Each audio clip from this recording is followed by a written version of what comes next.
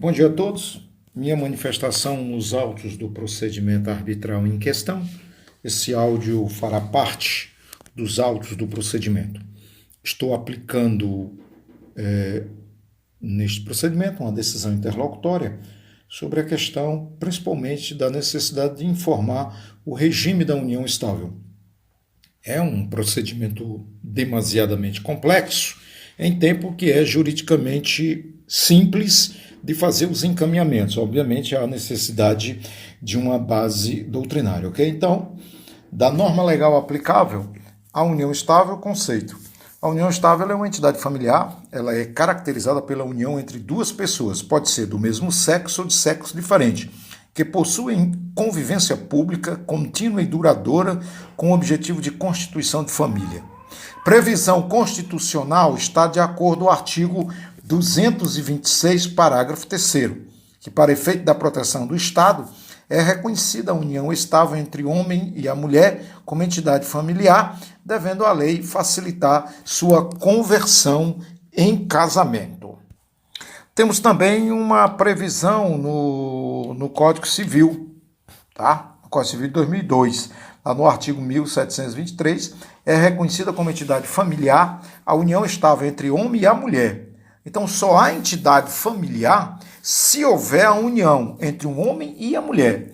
Embora a união estável, no nosso entendimento, seja uma entidade familiar, embora o próprio conceito já diz que a união entre duas pessoas do mesmo sexo ou de sexo diferente caracteriza uma entidade familiar.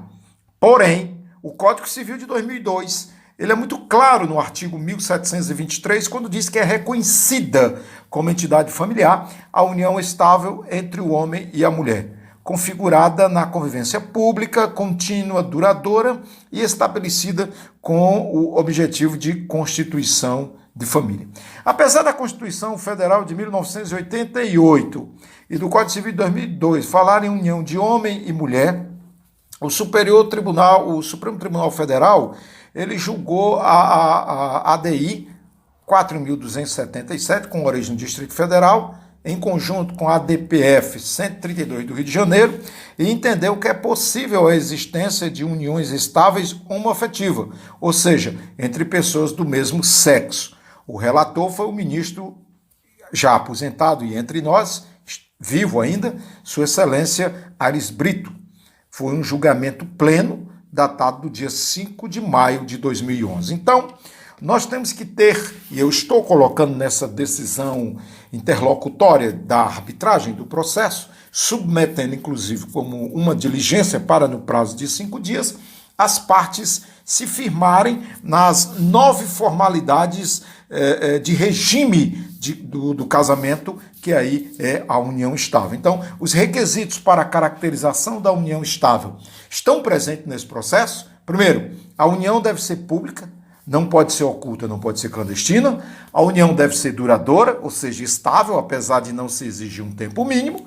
A união deve ser contínua, sem que haja interrupções constantes, portanto, não é vou passar uma semana com fulana, dou um tempo, depois passo outra semana, dou um tempo, não. Tem que ser na formalidade de um casamento, manhã, tarde, noite, de verão a verão, carnaval a carnaval. Então, repetindo, a união ela deve ser contínua, não pode haver interrupções constantes, a união ela deve ser estabelecida com o objetivo de construir uma família, tá? Que aí a partir dessa união nascem filhos, etc. e tal. As duas pessoas não podem ter impedimentos para casar, portanto, o cidadão que já é casado, que convive no dia a dia com a sua senhora, que está no dia a dia com a sua esposa, ele não tem, do ponto de vista legal, condições de ter uma união estável com outra mulher, porque ele está impedido. Está impedido.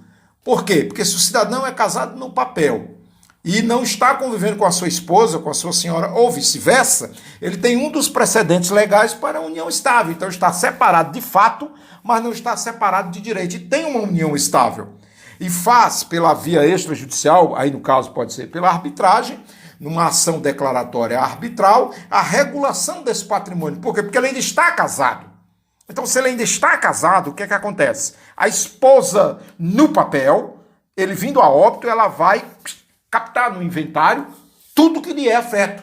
Então, se existe uma regulação legal, o que é que acontece? Cidadão faleceu, era casado no papel, mas não era de fato. Então, o que foi construído de fato na união estável pertence a outra e não à esposa de direito, porque não era mais esposa de fato. Portanto, se for esposa de fato e de direito, não é união estável, é concubinato, portanto, a legislação é outra. Como eu estou, de acordo com o artigo 18 da Lei 9.307, de 1996, juiz de fato e de direito, para julgar este processo, estou determinando, o verbo é esse, estou determinando a diligência em curso para que as partes informem qual é a modalidade que eles desejam.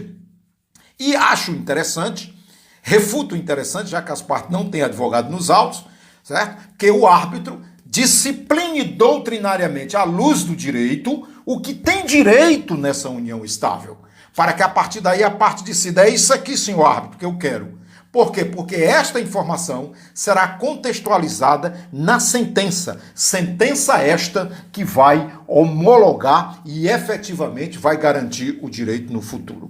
É bom ressaltar, já que essa arbitragem é ad hoc, mas haverá a possibilidade no futuro de um questionamento do ponto de vista legal, do envolvimento no inventário, por exemplo, ou no divórcio, por exemplo, da questão da partilha, ao árbitro, a partir da vontade das partes, regula, não o que o árbitro pensa que é correto, mas o que as partes desejam e estão respaldados no princípio da formalidade legal. Por quê? É extremamente importante. No caso do divórcio, que em união estável pode haver um divórcio. Pode, principalmente porque existe uma ação declaratória de união estável, e ela existindo, dará às partes o direito de se modular no que está na decisão. Por isso eu chamo de decisão modulada. Ok? Então, essa minha manifestação vai ficar nos autos como parte integrante da minha decisão, porque a minha decisão é sentença de fato e de direito. E ela não, violando os princípios estabelecidos na aplicação e na distribuição do direito, ela é imutável a partir do momento que ela alcançar o trânsito em julgado, 90 dias. Ela não sofrerá nulidade, certo? Por inexistir vício de forma e vício legal. Porém, se ela for viciada, ela não será, vamos assim dizer, embargada pela via de forma liminar, embora alguns juízes togados, que são juízes do Estado, venham se conduzindo desta forma, e eu venho interpretando, até tentando fazer doutrina, desculpa, mas o árbitro atuando no processo, prolatando uma sentença que tem validade para o mundo jurídico, ele termina gerando uma precedência jurisprudencial no âmbito da arbitragem, porque a arbitragem, apesar de alguns doutrinadores ainda questionarem este aspecto, é, acima de tudo, jurisdição que deve ser estabelecida na formalidade da lei. A arbitragem não é uma aventura, a arbitragem é uma concessão pública, é uma concessão do Estado, que é dada às partes de forma harmoniosa optar pela prevenção ou pela solução desse litígio. Então, abre aspas, como juiz de fato e de direito,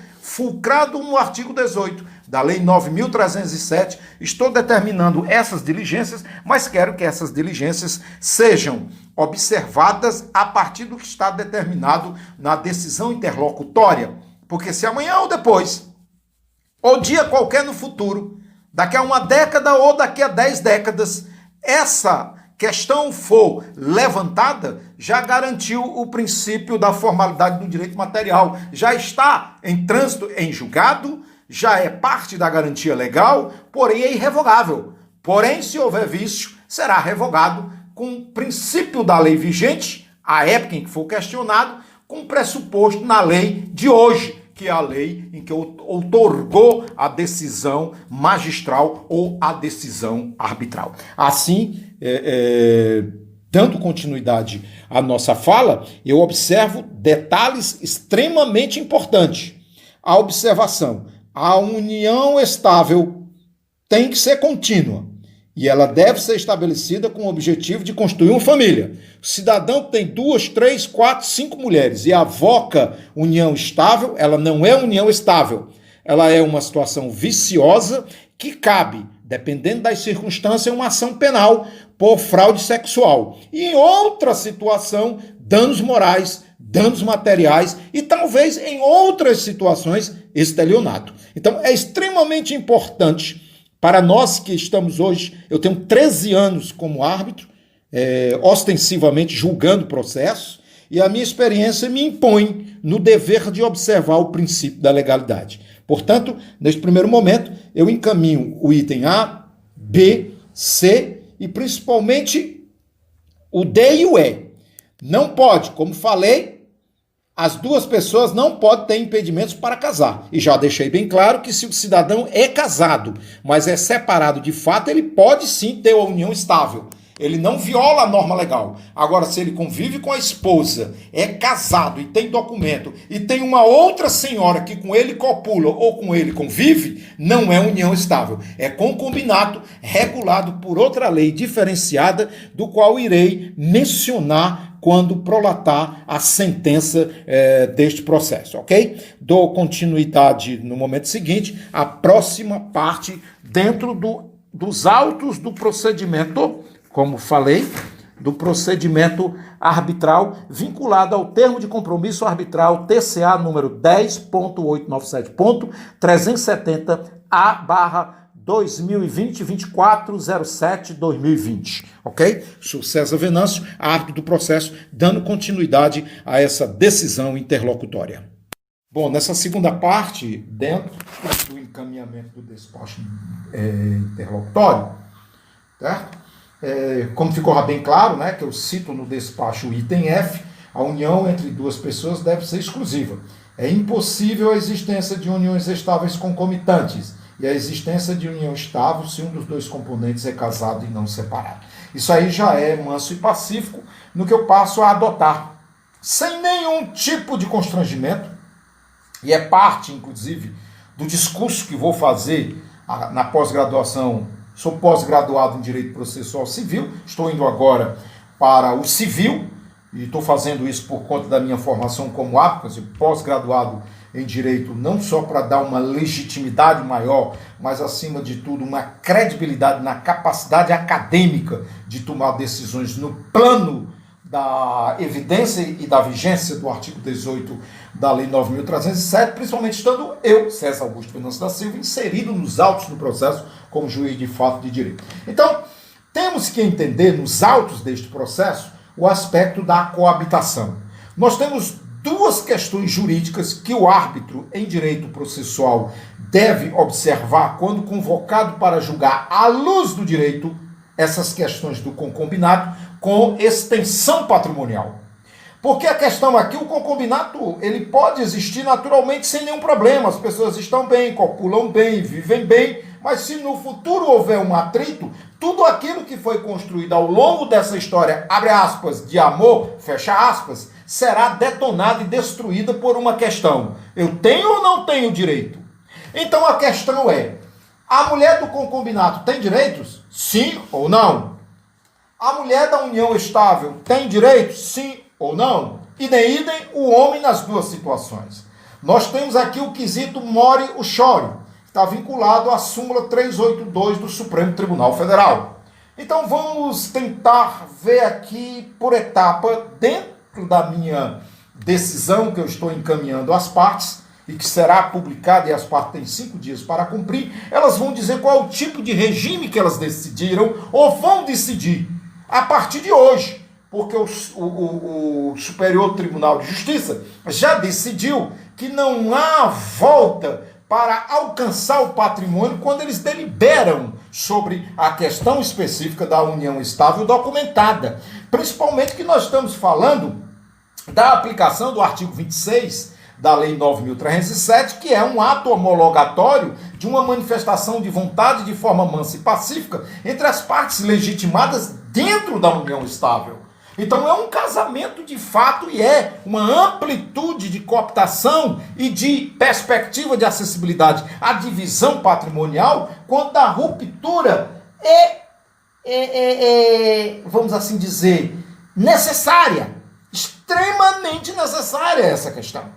Por quê? O cidadão vive 10 anos em uma união estável com uma determinada senhora. Vou falar de cidadão porque eu já passei por essa situação e estou trazendo para os autos uma visão do equilíbrio, da hegemonia do direito entre as partes. Porque o amor é uma coisa linda, deve ser vivido sempre no campo da espiritualidade. Mas quando parte para o campo jurídico, ao jurista compete interpretar a lei, estando o árbitro no exercício da função de um juiz de fato de direito, quer queira ou não os adversários da arbitragem, é um jurista que tem que ter a capacidade de aplicar a lei. E aplicar a lei de forma que estabeleça a solução do conflito, razões pelas quais o Estado brasileiro legislou em 1996 a eficácia da arbitragem não mais como laudo, mas a eficácia da arbitragem sim como sentença. Sentença esta que gera efeitos, inclusive para os sucessores.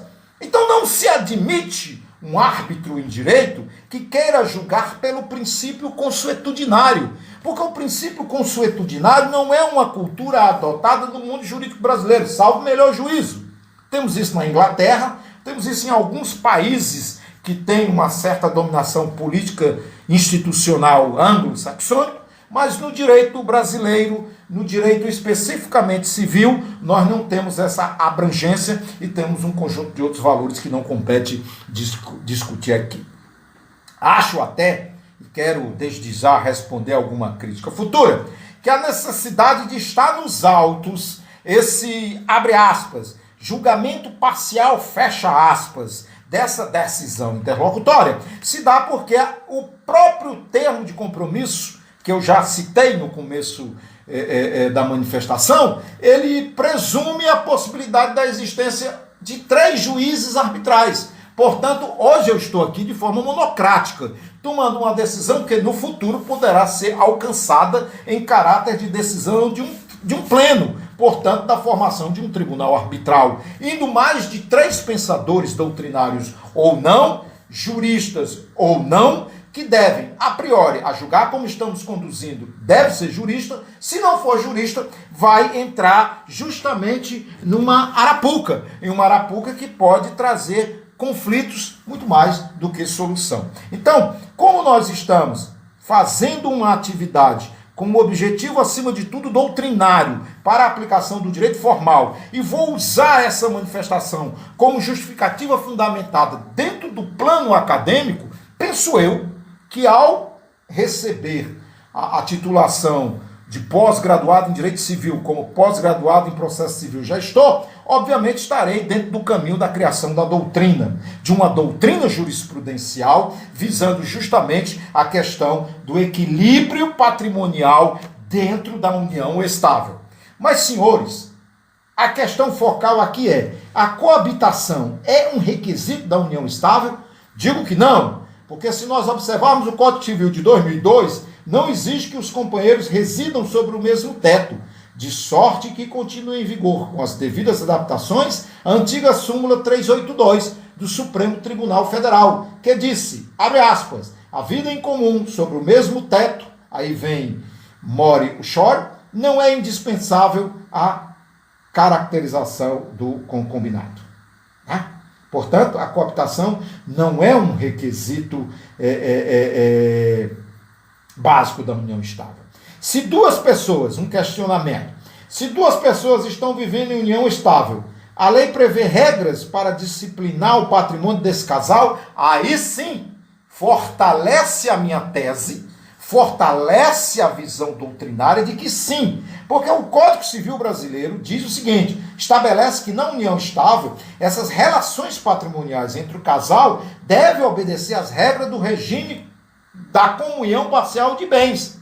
Em outras palavras, é como se as pessoas que vivem em união estável estivessem casadas sobre o regime da comunhão parcial de bens. Então, para que isso possa ser alterado, tem que haver cláusulas que, inclusive, nesse despacho interlocutório, numa visão doutrinária, estou estabelecendo alguns critérios para que a parte diga, não estou inovando, estou aplicando o direito formal na qualidade, abre aspas, artigo 18, lei 9.307, juiz de fato de direito, fecha aspas, sentença em caráter irrevogável. Irrevogável desde que não viole o princípio de legalidade. Então aqui nós podemos dizer sim, o artigo 1725, tá? Diz que as pessoas que vivem em união estável certo? Elas estão sobre o regime da comunhão parcial de bens.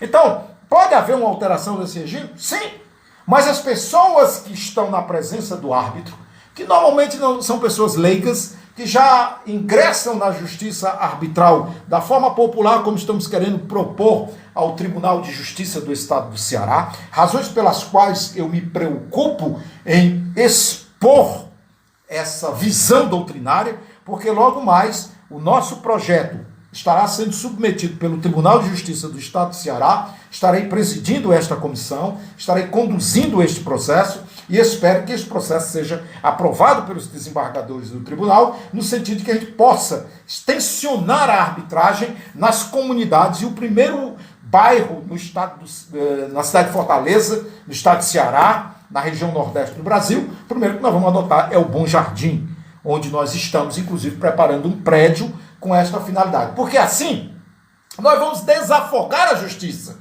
em tempo que nós vamos fazer um procedimento de celeridade. E isso, inclusive, já está sendo cogitado por alguns colegas, que possa ser resultado de uma tese de doutorado em Direito, mas quero aqui declinar no momento desse discurso, porque a minha visão aqui é encaminhar este expediente, aproveitando o termo de compromisso arbitral, TCA número 10.897.370.A, 2020-2407-2020.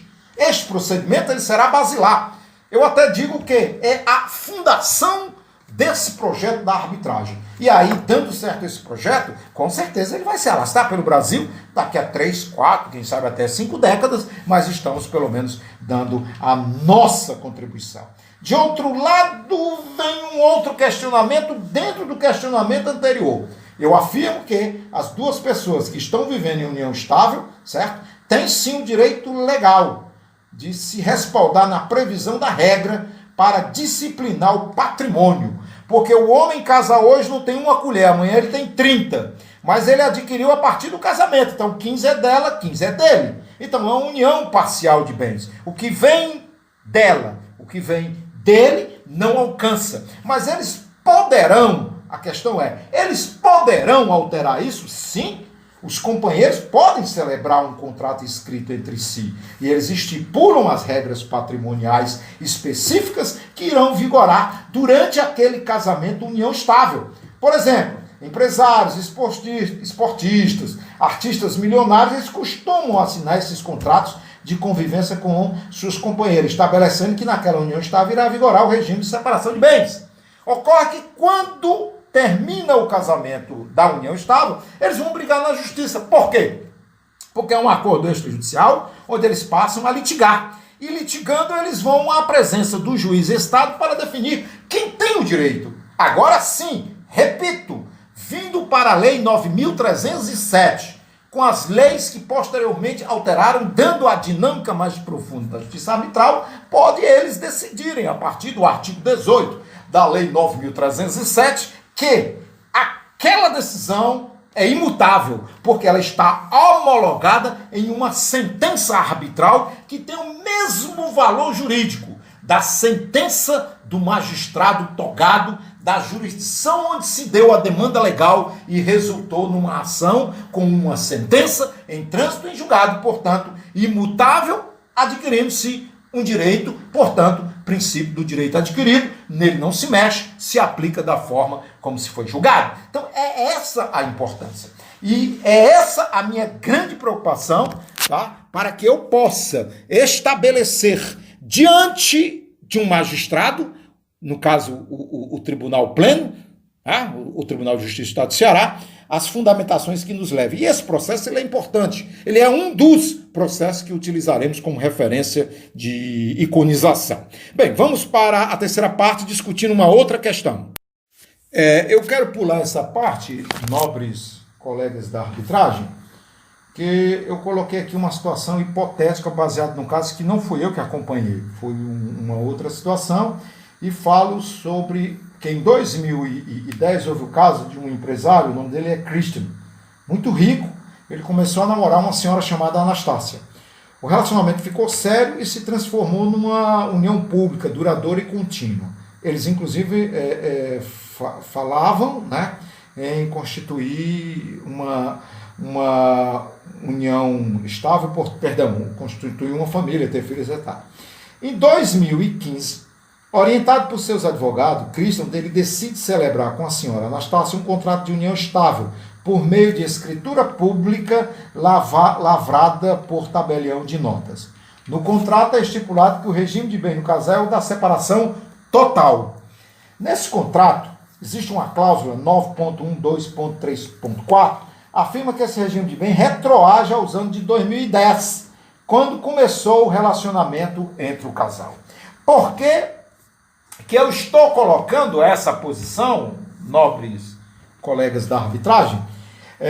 Porque eu entendo o seguinte, já que nós vamos julgar este processo, não num colegiado pleno, mas de forma monocrática, mas que poderá, por força do próprio expediente que estamos a adotar, vir no futuro se estabelecer, certo?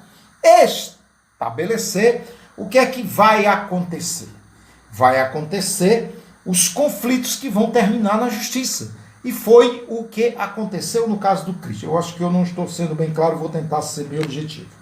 Esse casal, que está agora no termo de compromisso arbitral, já estão há muitos anos coabitando, portanto já tem uma união familiar estável, inclusive com filhos, um casal decente, um casal que se comporta e se constitui em uma família exemplar. Então, eles podem retroagir? Pois é, nós vamos entender que não, mas árbitro é uma manifestação de vontade. Eu posso retroagir. Pois é, eu entendia, até antes da decisão do STJ, e doravante não posso entender diferente, porque se decidir dessa forma, minha decisão pode ser cancelada. Em 2009, eu atuei num processo semelhante e decidimos, na época, a retroação. Mas essa retroação era, à época, permitida, porque não havia uma interpretação jurisprudencial.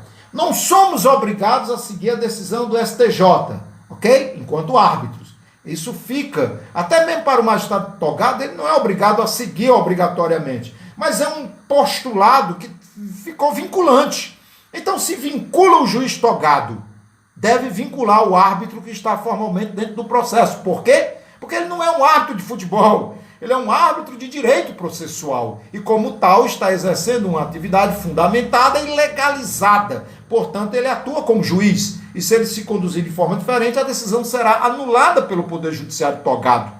E isso é inaceitável para o árbitro, porque o árbitro que tem uma decisão revogada concomitantemente ou recorrente implica dizer que ele está despreparado para operar no âmbito do direito processual. É um desconhecedor da norma legal. Portanto, pode ser um brilhante mediador, um brilhante conciliador, mas estará sendo, abre aspas, uma tecnia específica na aplicação do direito. Razões pelas quais se requer muitas vezes que o árbitro seja, no mínimo, um cidadão que tenha formação jurídica em qualquer uma das formalidades. Portanto,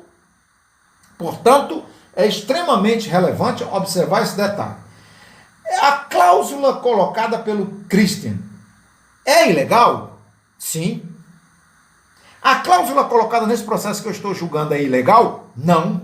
Por que a do Christian é ilegal e essa não é? Bom, a do Christian, ele retroagiu 5 anos, certo? 5 anos. Por quê? Porque ele rico, milionário, muito dinheiro, foi então induzido que, é o seguinte, o que é que acontece? O que você construiu de 2010 para cá, você vai dar metade à mulher. Essa é a minha interpretação. Então ele, espera aí, eu vou voltar no tempo. Mas não podemos voltar no tempo na construção da materialidade. Diferentemente do discurso da física quântica, aqui não cabe física quântica. Aqui cabe uma lógica. Ora, a mulher, numa união estável com um cidadão de 2010, 2015, construiu 30% do patrimônio dele. Aí o cidadão Christian volta a retroagir para 2010. Implica dizer que os 30% que ela construiu com ele desapareceu. Então, na hora que eles se separaram, ela sai com a mão na frente, outra atrás. E ele sai simplesmente dizendo, é tudo meu, e acabou-se. E o Superior Tribunal de Justiça entendeu que não é lícito aos conviventes atribuírem efeitos retroativos a um contrato de união estável, a fim de eleger o regime de bens aplicável àquele período de convivência anterior à sua assinatura. Porque o ato jurídico perfeito é a manifestação da vontade. A manifestação da vontade é caráter retroativo. Sendo caráter retroativo, quem ajudou a construir não aceita. Portanto, terminou gerando uma atividade litigante. Por quê? Porque ela foi estabelecida através de uma nota extrajudicial sem uma homologação arbitral. Portanto, já vigente a Lei 9.307, não alcançaria, se fosse o caso, a situação do Christian, se em 2010 tivesse uma sentença arbitral. Já nesse processo que eu estou a julgar agora, que ainda não tem a sentença, e a sentença será direcionada para homologar, então essa homologação ela não pode ter vício de forma legal, porque se ela tiver forma legal de vício, ela será anulada. Portanto, a terceira turma do Superior Tribunal de Justiça, através do ministro Moura Ribeiro, julgado no dia 2 de junho de 2015, está no informativo da Corte de número 563, decidiu diretamente que o regime de bens entre os companheiros começa a vigorar na data da sua assinatura do contrato. E o que eles vão fazer dentro dessa sentença arbitral? Homologar as cláusulas preponderantes no termo de compromisso arbitral e na cláusula compromissória, que são nexos do processo legal. Logo, se eles estão há 20 anos convivendo, tá certo? O que é que acontece? Todo o patrimônio, a partir do dia que assinou para frente, certo? Eles devem decidir qual a formalidade de regime, razões pelas quais estou determinando essa diligência. Ocorre que nós temos aqui um princípio, o princípio da ética. Não é nem da moral, é da ética. Eu vou olhar e vou dizer, essa senhora que está ao meu lado construiu uma vida. Então isso aqui é dela, isso aqui é meu, nós construímos junto. Então, meu bem, desculpa a expressão, meu bem, vamos fazer assim. Nós começamos aqui, quando nós casamos só tinha 2 metros quadrados, hoje nós temos 5.000 metros quadrados. Então, o regime é metade de um, metade do outro. Não, mas não está no papel, não está assinado, então desculpa, isso não é ético. Isso é canalice. E nós, árbitros, como intérpretes do direito, estando delegado pelo Estado brasileiro, através da Lei 9.307, no seu artigo 18, juiz de fato de direito, não podemos permitir, não podemos admitir, porque senão frauda um dos princípios básicos da justiça arbitral, a composição dos interesses baseado no princípio da moral, dos bons costumes e, acima de tudo, da ética. Porque assim não tem sentido ter justiça. Porque você busca a justiça para dar uma equidade àquilo que você tem de fato e de direito. Ora, eu levei 10 anos da minha vida construindo um patrimônio ao lado de uma mulher, mas não botei no papel. No dia que eu decido ir embora, eu dou um chute na mulher e vou embora. Não, mas é porque não está assinado, não tem essa lorota. Você tem que chegar e dizer, lamentavelmente nós construímos juntos. Por que eu digo lamentável? Porque depende da situação que levou à separação, né? Porque se for uma separação amigável, cara, meu bem, você tem direito a isso, leve. Isso é uma postura ética, que nós, árbitros, que estamos dentro de um processo como juiz de fato de direito, temos que fazer com que as pessoas entendam. Advogados não são constituídos para defender criminosos. Advogados são constituídos para defender interesses jurídicos. E o árbitro é constituído para julgar de acordo com esses direitos constituídos. Então, a minha decisão é nesse sentido. Agora, eu chamo a atenção, dentro da continuidade, para dizer que o regime de bens entre os companheiros ele começa a vigorar na data da assinatura do contrato. Assim como o regime de bens entre os cônjuges começa a reproduzir efeitos na data do casamento. Então, no dia que começou a união estável, que é um casamento de fato, estabelecido num contrato para distribuição patrimonial, que gera um direito de família, que será regulado à luz do direito público, à luz da previsão do Estado juiz, dentro da regra do direito de família. Portanto, tem direitos de menores, tem direito de sucessão, tem direito de inventário, englobando todos os princípios que estabelece esse direito, que é o direito de família. Então, está previsto lá no parágrafo 1º do artigo 1639 do Código Civil de 2002. Assim, no caso do exemplo da Anastácia, certo? Ela será proprietária de metade do que o Cristo adquiriu onerosamente desde que começou a união estável até a data da assinatura do contrato, quando passa a vigorar o regime da separação total. Portanto, o contrato de união estável é válido, mas somente gera efeito para o futuro. Ou seja, o STJ não admitiu a atribuição de efeitos pretéritos. Em suma, só a cláusula da retroação naquele contrato foi considerado ilícito. Então ele foi revogado. Essa cláusula foi revogada. Agora, não, mas nós decidimos em juízo arbitral. Pois é, se você decide a imposição dessa cláusula em caráter, tá? Em caráter de irrevogabilidade, pelo princípio da admissibilidade do trânsito de julgado e da validade da decisão arbitral, uma das partes pode questionar. Então, colegas árbitros, se no futuro vocês se depararem com essa situação, o que é que eu estou recomendando e o que é que eu vou decidir nesse processo? Vou decidir que as partes aceitam em comum acordo retroagir.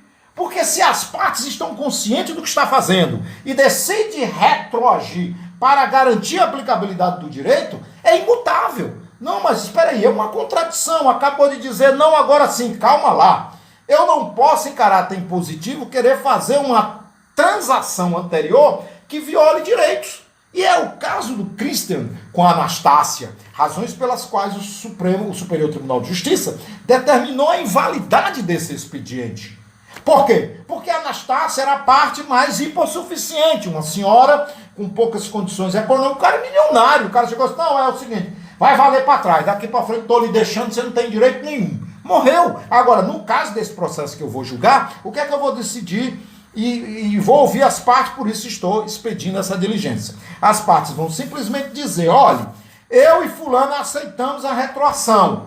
Nossos bens na retroação é isso, e vai para a cláusula, tá? Como se fosse uma cláusula imutável. E dentro da cláusula imutável, entra na sentença arbitral com uma homologação do acordo. Então a parte não pode depois renunciar a dizer, não, eu vou anular porque existe um princípio no Superior Tribunal de Justiça. Não, você aceitou, você tomou consciência da situação, entendeu a plenitude do seu direito e a ele você renunciou. São situações jurídicas distantes. Agora, para fazer esta sentença, eu li 18 livros, todos eles voltados no direito de família. Até porque estou arbitrando outros processos de inventário, tá?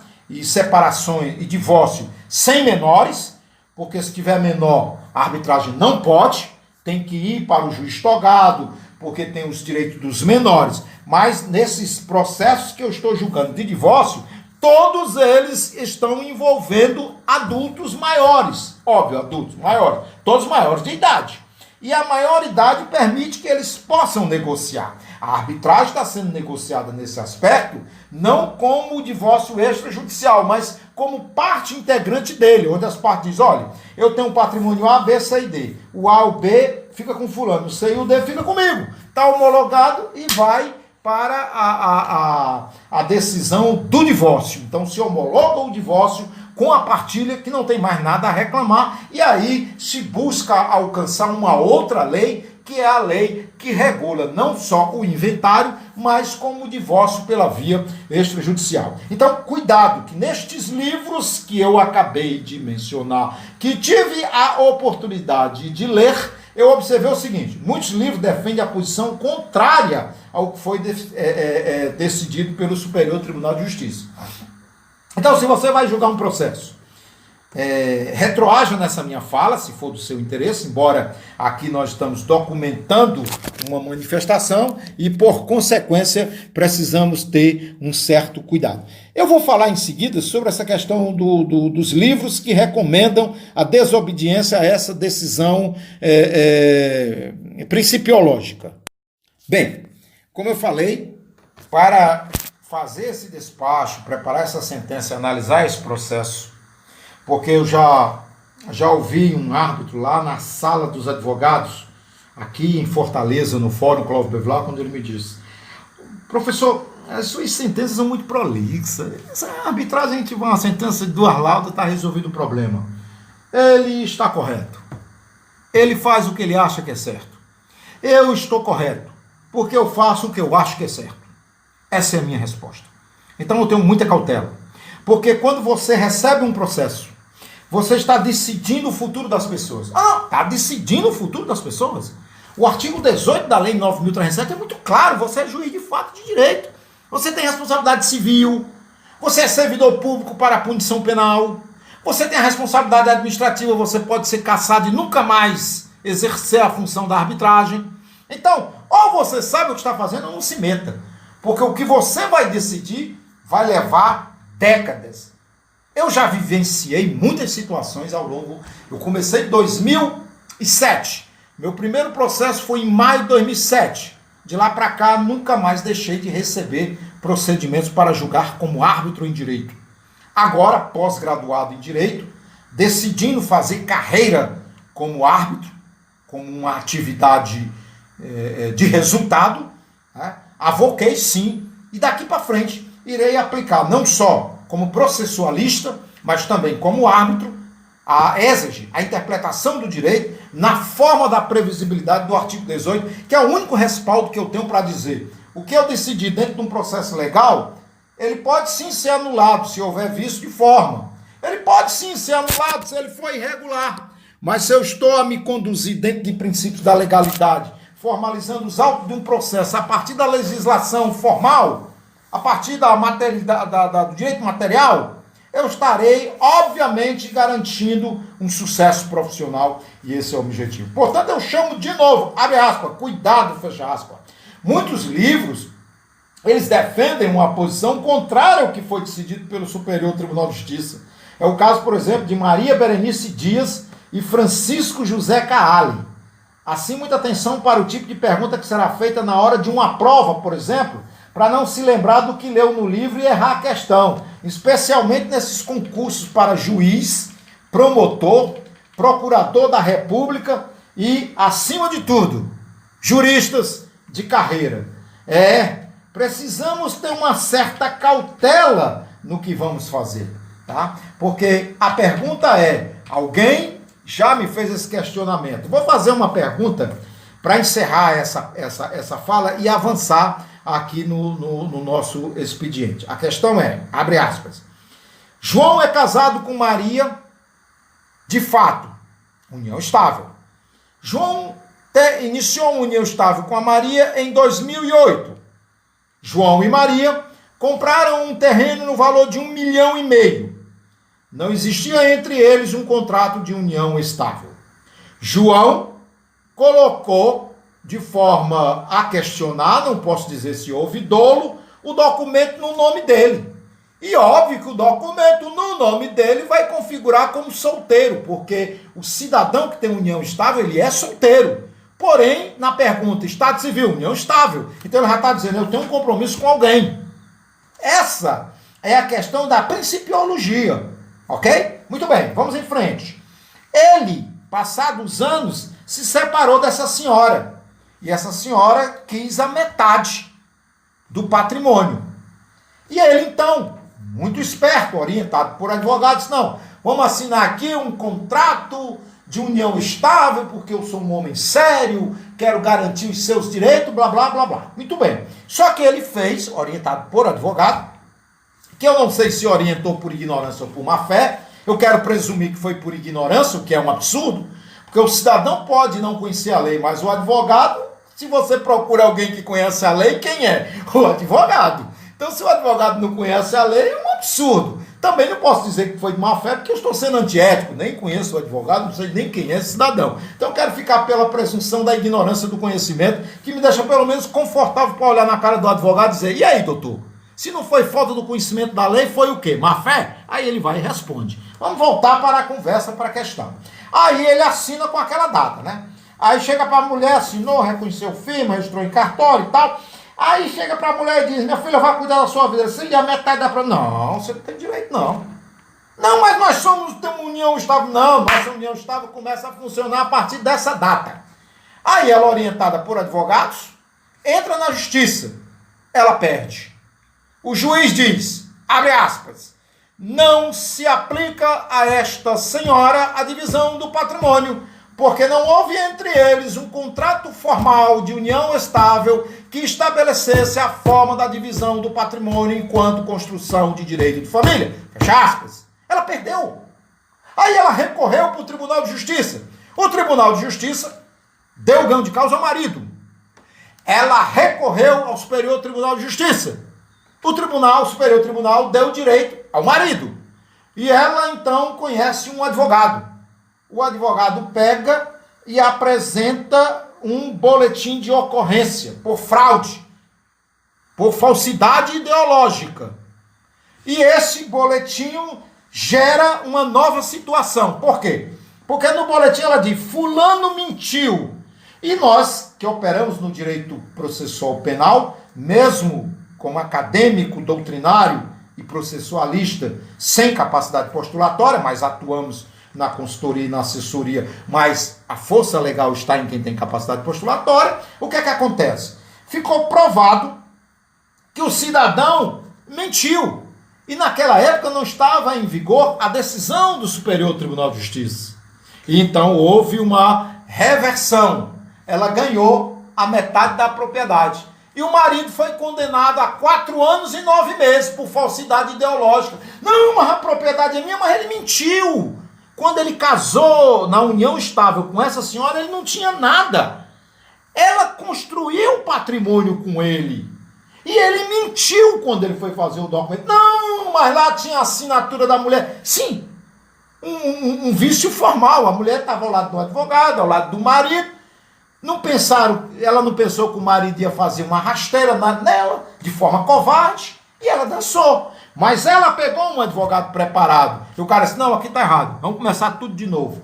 Passado 25 anos, ela teve direito à metade da propriedade, porque a metade da propriedade era dela. Entendeu? Então, quem é advogado, quem é árbitro, o árbitro principalmente, porque embora ele não seja advogado, porque ele não pode advogar, o árbitro, ele pode advogar se ele for advogado inscrito na OAB, lógico. Mas dentro de um processo ele não atua como advogado, ele atua como árbitro. Então o árbitro, o advogado, tem que ter a fidelidade ao princípio da legalidade, do respeito à lei, do respeito à norma legal. Porque caso contrário ele não é advogado nem árbitro, é um bandido. E está se conduzindo fora da lei.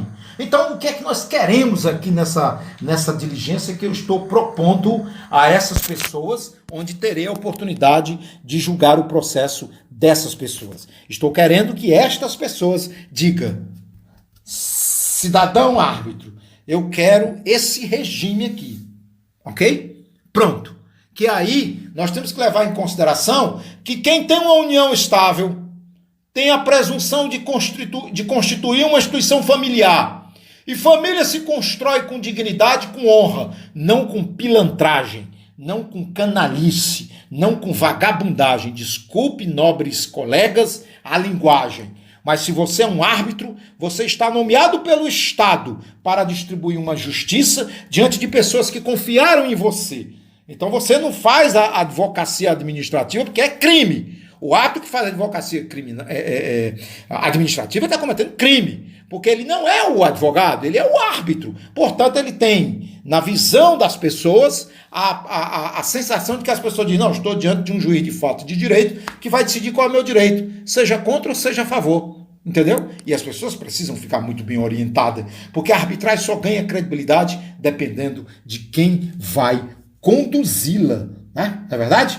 Então, vamos ainda dentro dessa decisão, que deverá obrigatoriamente estar dentro dos autos. Por quê? Primeiro, eu, César Augusto Venâncio da Silva, protegendo a minha atividade legítima e legal de árbitro, para garantir, acima de tudo, a insuspeição. Insuspeitável, por sinal, não é? Não posso ser considerado suspeito, porque se considerado suspeito for dentro de uma formalidade legal, terei que estar ausente do processo. E você tem que ter, você árbitro, tem que ter um princípio. Eu não tenho condições de estar nesse processo, por quê? Porque sou amigo das partes e acho que uma das partes está errada. Então, se você chega para as partes e diz o que você pensa antes de entrar no processo, você já pré-julgou. Então, você não pode ser árbitro deste processo, tá bom? Vamos dar continuidade aqui à nossa manifestação. Espero ainda hoje já encaminhar esse despacho, porque espero no prazo máximo de 20 dias julgar este processo e garantir os direitos dessas pessoas que procuraram a arbitragem e que me indicaram para atuar de acordo com o artigo 18 da Lei 9.307, juiz de fato de direito.